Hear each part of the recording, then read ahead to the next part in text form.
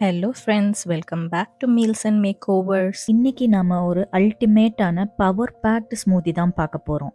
இதை ஏன் நான் அல்டிமேட்னு சொல்றேங்கிறது உங்களுக்கு இந்த வீடியோ பார்க்க புரியும். இதுக்கு வேணுங்கிற ஐட்டம்ஸ் பார்த்துடலாம் வாங்க. 2 tablespoon almond, 2 tablespoon sunflower seed, 2 tablespoon pumpkin seed, 4 fig, 1/2 cup blueberry, ஒரு 4-5 strawberry, 2 tablespoon walnut, 2 tablespoon pista, 5-6 dates, 2 tablespoon chia seeds. இந்த ஸ்மூதி குடிக்கிறதோட ஹெல்த் பெனிஃபிட்ஸை இந்த வீடியோவோட எண்டில் அட்டாச் பண்ணியிருக்கேன். கண்டிப்பா மிஸ் பண்ணாம பாருங்க. இந்த ஸ்மூதியை ஒரு வாட்டி செஞ்சு குடிச்சிங்கன்னா ஐ பெட் கண்டிப்பா டெய்லியும் பிரேக்ஃபாஸ்ட்க்கு இதையே தான் செய்வீங்க. ஏன்னா இது அவ்வளோ ஹெல்த்தி அண்ட் அவ்வளோ டேஸ்டி அண்ட் வெரி சிம்பிள். இப்போ இந்த ஐட்டம் எல்லாத்தையுமே ஒரு பெரிய பவுல்ல சேர்த்துட்டு தண்ணி ஊற்றி ஓவர் நைட் ஊற வைக்கலாம்.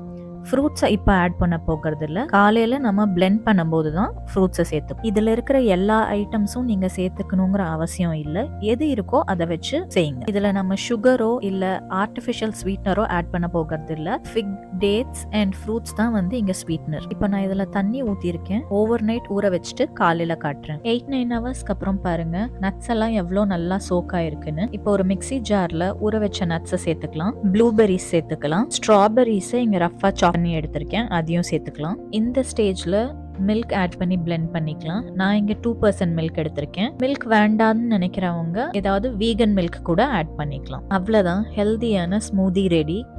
இதை கண்டிப்பா உங்க வீட்டில் நீங்களும் ட்ரை பண்ணி பார்த்துட்டு எனக்கு கமெண்ட் பண்ணுங்க. இந்த வீடியோ உங்களுக்கு பிடிச்சிருந்தா லைக் அண்ட் சப்ஸ்கிரைப் பண்ணுங்க.